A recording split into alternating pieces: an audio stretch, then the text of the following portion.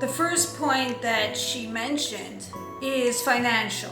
Financial, unfortunately, has become a big fundamental foundation for a lot of the shluchim. Meaning, you cannot walk into their Chabad house without having a bank account with you. It's that rude. Let's backtrack a little bit. When the Rebbe sent shluchim in the 1950s, the Rebbe sent shluchim across. None of the shluchim had a bank account. They went as they were. There was no money or assistance available besides the traditional that the Rebbe gave before to be sent somewhere. That tradition is still till today. How did they survive? How did those shluchim survive? The shluchim of then came from scratch. They couldn't rely on anyone for anything. They had to figure things out. Today's shluchim do not have this intense figuring out from scratch. You can get a little bit of assistance from here and advice from here, and you find your way around. And those are from scratch. You knew nobody. How did they survive? They trusted in the Rebbe's brachos. They put Yiddishkeit first, and then the financial.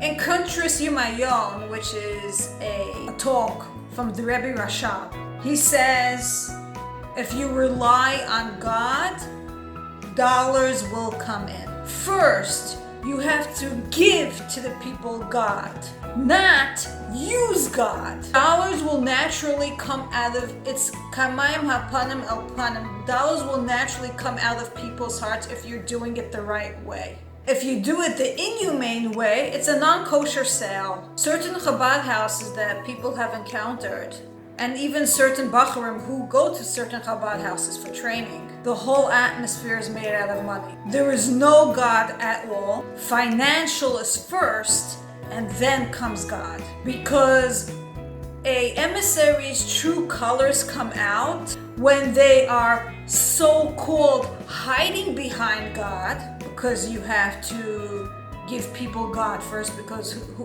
wants to pay for free? Nobody. So you have to hide behind God, and then you give God, you give God, you give God, and then you see no money coming in, and then you just very abruptly make the person feel, okay, I think it's time for you to leave. And then you see how much that it was a game all along. I'm going to be speaking very strongly here because certain emissaries know that people have suffered, and I will use the word suffered from them. You have to keep it in mind. You, and only you, decided to go on shluchos, to be an emissary. That was your decision. You did not decide to go on shluchos to be the next billionaire of the world. Certain emissaries' behavior is just disgusting. If you want money, quit shluchos, quit being an emissary, go get a job. It's plain and simple. You're going with the wrong mindset when being on shluchos. Back in the day, the emissaries gave things for free, and they never imposed payment. Payment came around Gimel Tammuz time. Magically, all of the problems appear, and it becomes a business. You're selling God and trying to get people's money? Go get a regular job. Second point that she mentioned, that each Chabad house is different, and that when people come to the Chabad house, they have to be respectful. They're coming as a visitor. You have to be aware that it's a different culture, there's a different way of life going on, and be respectful about it. I'm going to answer two things. First of all, certain people have an attitude regardless of where they are, how they are, it doesn't matter, it's who they are. So whoever they are, they're going to take with them in any situation. It's not, don't take it so personally, it's not directed against a Chabad house, it's wherever they are, that's how they're going to act, it doesn't matter. Second of all, make sure that you're doing it yourself, meaning love your fellow as yourself, meaning when you are a visitor going somewhere, make sure you don't do what you are asking others not to do from you. Make sure you're not doing it, because you never know, the person doing it to you might just be a shaliach, a uncovered shaliach sent by God to remind you, hey, your behavior is really off the charts, to tell you that what you're doing is wrong. It's basically facing you in your own mirror. People sense if you're a good person or you're doing the right thing or not. People are not idiots.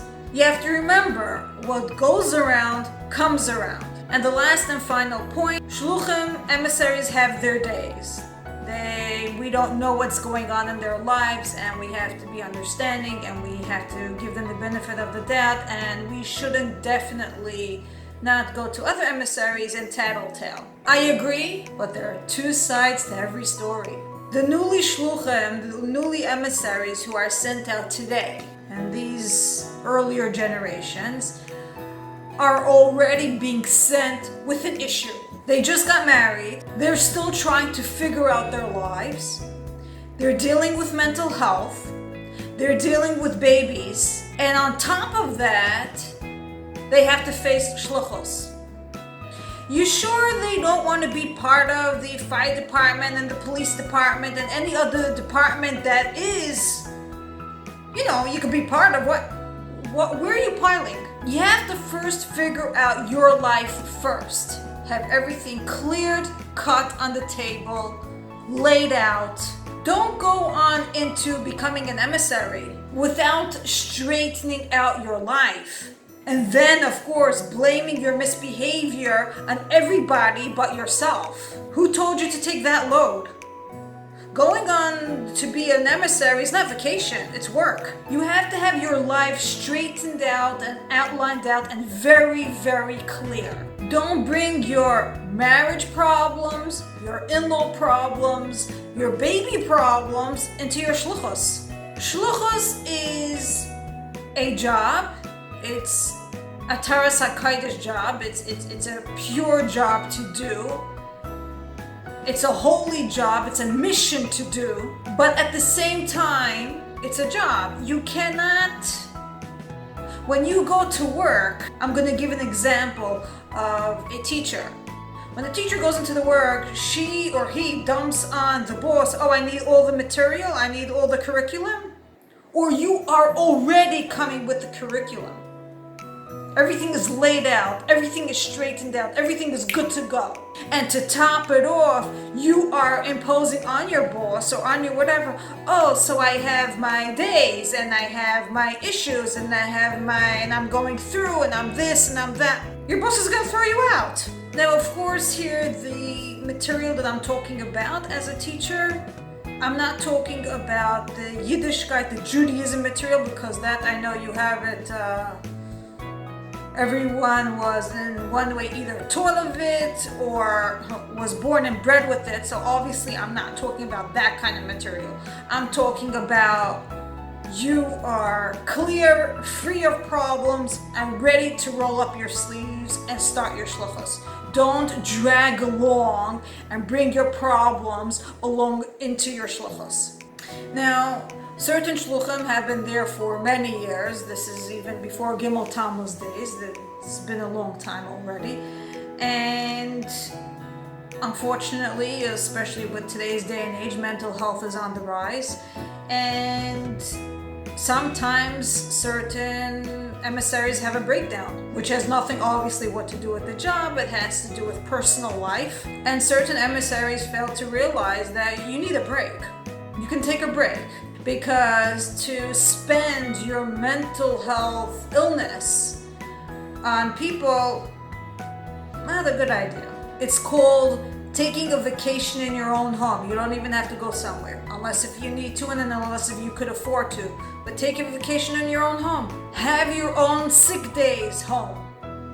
Just like certain emissaries, they plan family times and this and that. Have your own sick days home. It's a lot better to take a break, get your situation situated, and come back stronger than ever than to drag everyone along. And then, of course, misbehavior is there because you're basically taking your sour attitude and spraying it on others. So instead of spreading goodness and kindness, you're spreading the opposite of your goal, of your mission, of what the Rebbe sent you for. The last part that I would like to end off, which I'll be speaking very strongly to whichever emissary, they know exactly what I'm referring to. Shluchim, emissaries, need outside supporters for income. Without us, they cannot survive. Don't blow it. Without us, they cannot keep their job. At least be respectful towards us. At least have the basic human decency. Like I mentioned, how you wouldn't want someone to treat you, don't do it to someone else. When you put your good feelings, when you put your good atmosphere, when you give it all you've got, people will want to come back. People will readily give you money. You don't have to pull it out of them. You don't have to impose it from them.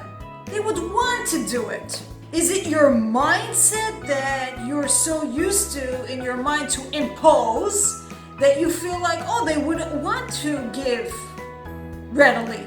But that's your issue, that's not theirs. If you come with the right mindset that I'm here to do the Rebbe's mission, I'm here to spread spirituality and positivity and goodness and do what the Rebbe, who's the Mishalech, who sent me on a mission to do, the success is mind-boggling. There's no need for imposing. People want good. They reciprocate automatically. And naturally, if you are giving good, there's no need to tell your name. And to top it off, people would want to come back. Oh, I remember I was by this emissary and I had a phenomenal experience, and they would want to come back. But unfortunately, certain emissaries have the attitude, I don't care. Forget about the emissary. Are you even Jewish? There has to be a basic human decency. Bottom line is, you have to make sure you're doing the right thing. What you build, if it's good, the outcome is the outcome, and your fruits of your labor is seen. Just remember, the key to success in your life is first believing in yourself. See you in the next one.